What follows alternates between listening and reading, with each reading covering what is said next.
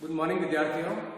मैं आपको पढ़ा रहा था मौलिक अधिकार और इससे पहले हमने बात की थी धर्म की स्वतंत्रता के अधिकार की। आज हम इससे आगे और बात करते हैं। मैंने पहले कहा था कि आर्टिकल 25 से लेकर 30 जो है वो आपके एक प्रकार से जो हमारे संविधान में उल्लेखित धर्मनिरपेक्षता की संकल्पना है उसको पूरा करता है। आगे हम बात करते हैं आर्टिकल 29 और 30। एक प्रकार से ये आर्टिकल जो है अल्पसंख्यक वर्गों को कुछ विशेष अधिकार देते हैं, जैसे वो अपने धर्म संस्कृति की शिक्षा ले सकते हैं, अपनी धार्मिक जो लिपि है उसका प्रचार कर सकते हैं। ऐसे बहुत सारे अधिकार जो है। सबसे पहले हम बात करेंगे, आर्टिकल का नाम पढ़ेंगे, इसका नाम है धर्म, संस्कृति और शिक्षा का अधिकार, संबंधी अधिकार। अब ध्यान रखिए, इसमें ये विशेष जो आर्टिकल है ये दोनों एक प्रकार से ये माइनॉरिटीज को ये अधिकार देते हैं। भारत के जो अल्पसंख्यक वर्ग है, खास करके जो भाषाई अल्पसंख्यक है या धार्मिक अल्पसंख्यक है, कि उनका किस प्रकार रक्षा उपाय इस देश के अंदर किया जाए और जो धर्मनिरपेक्ष संविधान की मूल संकल्पना है उसको साकार किया जाए। सबसे पहले हम बात करते हैं आर्टिकल 29 की। पहले इसको समझते हैं।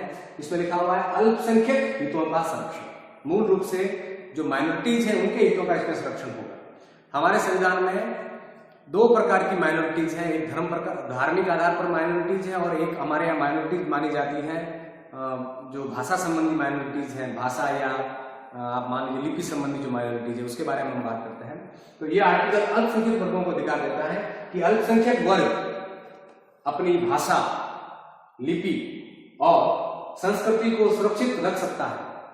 कोई राज्य इसमें इंटरफेयर नहीं कर सकता। अगर आपकी मान लीजिए धार्मिक भाषा जो है वो उर्दू है, या मान लीजिए आप अंग्रेजी को मानते हैं, या और कोई भी आपकी, जैसे भारत में पारसी भी रहते हैं तो उनकी भी अपनी अलग लिपि और भाषा होगी जिससे वो अपने धर्म ग्रंथों को पढ़ते होंगे। इस देश में यहूदी भी हैं, उनकी भी अपनी अलग भाषा और संस्कृति होगी। जैसे आप ये मानिए कि जो यहूदी है उनकी भाषा लिपि जो है हिब्रू है, पारसियों की जो भाषा लिपि जो है वो पारसी है, और मुस्लिम्स जो भारत के मुस्लिम्स हैं वो पारसी, अरबी और उर्दू को अपनी धार्मिक भाषा मानते हैं और इसी के आधार पर अपने धर्म ग्रंथों को पढ़ते भी हैं।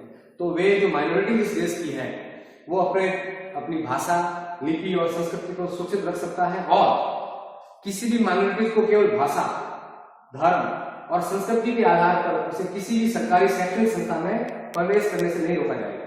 हाँ, यहाँ पर एक बात ध्यान देने की है कि अगर वो शैक्षणिक संस्था सरकारी वित्त पोषित है तो उसमें किसी भी माइनॉरिटी के साथ आप इस आधार पर विभेद नहीं कर सकते कि साहब उसकी भाषा अलग है, उसका धर्म अलग है और उसकी संस्कृति अलग है। अगर ऐसा स्टेट करता है, राज्य करता है या राज्य का कोई अंग करता है तो बाकायदा वो एक प्रकार का अपराध कर रहा है, ऑफेंस कर रहा है, पनिशेबल ऑफेंस है। व्यक्ति को जेल होगी जो इस प्रकार का विभेद करता है। अगर वो राज्य है तो राज्य के खिलाफ भी सख्त कदम उठाए जा सकते हैं। तो एक प्रकार से आर्टिकल 29 जो है वो अल्पसंख्यकों को ये अधिकार देता है कि वो अपनी भाषा और लिपि को बढ़ावा दे सकें और किसी भी सरकारी वित्त पोषित संस्था में वो एजुकेशन ले सकता है। उसको इस आधार से आप अपवर्जित नहीं कर सकते कि साहब आपका तो धर्म अलग है, आपकी भाषा अलग है।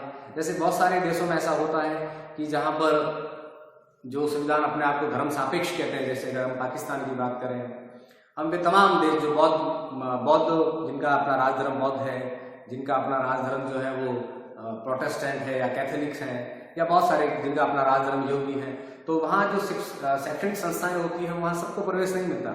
आप अगर उनकी धार्मिक आस्था को मानते हैं तो प्रवेश आपके लिए सुनिश्चित है, और अगर आप नहीं मानते तो वह प्रवेश आपको नहीं मिलता। लेकिन भारत में ऐसा नहीं है। तो एक प्रकार से आर्टिकल 29 अल्पसंख्यकों के भाषा संबंधी, धर्म संबंधी अधिकारों का संरक्षण करता है। इसी प्रकार अगला आर्टिकल है आर्टिकल 30, शिक्षण संस्थाओं की स्थापना और प्रशासन करने का अधिकार। माइनॉरिटीज जो है वो अपने धर्म के प्रचार हेतु, अपनी धार्मिक वैल्यू के प्रचार हेतु अपनी शिक्षण संस्थाओं की स्थापना कर सकते हैं। और आपने पढ़ा भी होगा कि जो माइनॉरिटी इंस्टीट्यूशंस है हमारे देश में, जैसे अब माइनॉरिटी इंस्टीट्यूशन के अंदर जैन भी आ गए, इसके अंदर मुस्लिम्स भी हैं, इसमें ईसाई भी हैं, इसमें आप मान लीजिए सिख भी मान लीजिए, कई मायनों में वो भी माइनॉरिटीज का हिस्सा बन गए आजकल, और बौद्ध को भी आप मान लीजिए। तो ये संस्थाएं ये जो धर्म के लोग हैं वो अपनी शिक्षण संस्थाओं की स्थापना कर सकते हैं और उसका प्रशासन भी जो है चला सकते हैं। राज्य उसमें इंटरफेयर नहीं करेगा जब तक कि कोई वो लीगल ऑफेंस, विधिक ऑफेंस नहीं कर दे। अगर मान लीजिए इनके प्रबंध में, संचालन में कोई विभेद है तो राज्य वहाँ हस्तक्षेप कर सकता है। और आपने पढ़ा भी होगा भारत में बहुत सारे माइनॉरिटी इंस्टीट्यूशंस भी है, जैसे जामिया मिलिया इस्लामिया है, जैसे अलीगढ़ मुस्लिम विश्वविद्यालय है। और आपको ये भी पता होगा कि इन शिक्षण संस्थाओं के अंदर 50% सीटें जो है वो माइनॉरिटीज के लिए रिजर्व है। 50% एडमिशन उनका होगा और उसके बाद जो है वो अन्य वर्गों का उसमें एडमिशन जो है वो होता है। अब मान लीजिए कि लोक प्रयोजन के लिए सरकार को इनके द्वारा माइनॉरिटीज द्वारा स्थापित शिक्षण संस्थाओं का अधिग्रहण करना है, उन्हें कब्जे में लेना है।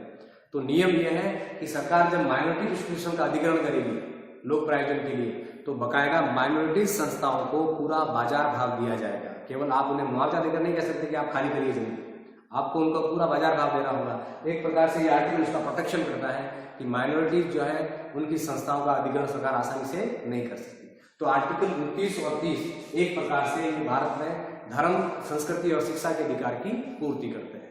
धन्यवाद।